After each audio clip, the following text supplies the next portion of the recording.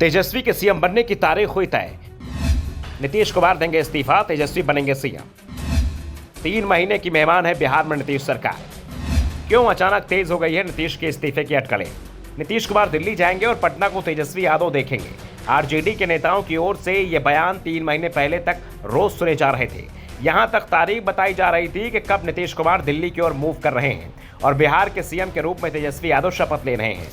दिसंबर के दूसरे सप्ताह से तारीख मिलनी शुरू हो गई थी और होली के बाद तक की तारीखें मिलती रही। आरजेडी नेता हर गुजरते दिन के साथ एक नई तारीख का ऐलान कर देते थे, जिससे आरजेडी और जेडीयू के बीच में भी तनाव बढ़ता जा रहा था। लेकिन अचानक लालू परिवार के खिलाफ सीबीआई और ईडी की एंट्री ने पूरे अभियान पर ही ब्रेक लगा दिया। एकदम से आरजेडी के सभी बयानवीरों ने अपनी जुबान से ली। जो लोग तेजस्वी के सीएम बनने का ऐलान कर रहे थे वो नीतीश के सामने सिर झुकाने लगे हैं। उन्हें 2025 तक सीएम बने रहने के दावे करने लगे हैं। लेकिन अब एक बार फिर से बाजी पलटती दिख रही है। एक बार फिर से तेजस्वी को सीएम बनाने का अभियान तेज हो गया है। एक बार फिर से नीतीश कुमार को दिल्ली भेजने की चर्चाएं शुरू हो गई हैं। नीतीश कुमार भी इस समय दिल्ली में ही हैं। करीब 6 महीने बाद वो दिल्ली आए हैं। पिछली बार जब दिल्ली आए थे तो सोनिया गांधी से मुलाकात हुई थी, लेकिन सोनिया गांधी ने उस समय नीतीश कुमार को ज्यादा भाव नहीं दिया था। दावा तो यह भी किया जा रहा था कि सोनिया नीतीश से मिलने को ही तैयार नहीं थी, लेकिन लालू प्रसाद यादव के दबाव में सोनिया गांधी मुलाकात को तैयार हो गई थी। लेकिन सोनिया ने उस समय नीतीश को कोई आश्वासन नहीं दिया था। लेकिन इस बार नीतीश कुमार के दिल्ली पहुंचने पर कांग्रेस नेताओं ने उन्हें पूरा सम्मान दिया। राहुल और खड़गे से मुलाकात हुई, लंबी बातचीत हुई। बाद में सभी लोग मीडिया के सामने आए और विपक्षी एकता के दावे किए। लेकिन इन दावों के बीच आरजेडी के अंदर से एक बार फिर तेजस्वी यादव को सीएम बनाने की चर्चाएं शुरू हो गई है।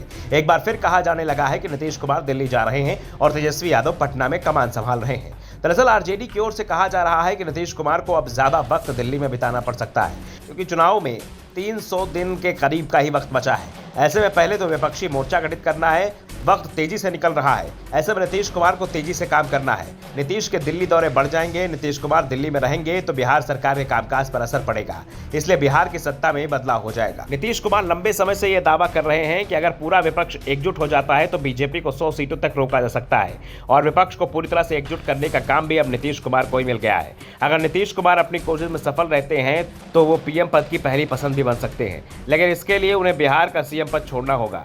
और आरजेडी की ओर से बड़े दिन के बाद तेजस्वी के सीएम बनने की एक बार फिर तारीख घोषित कर दी गई है।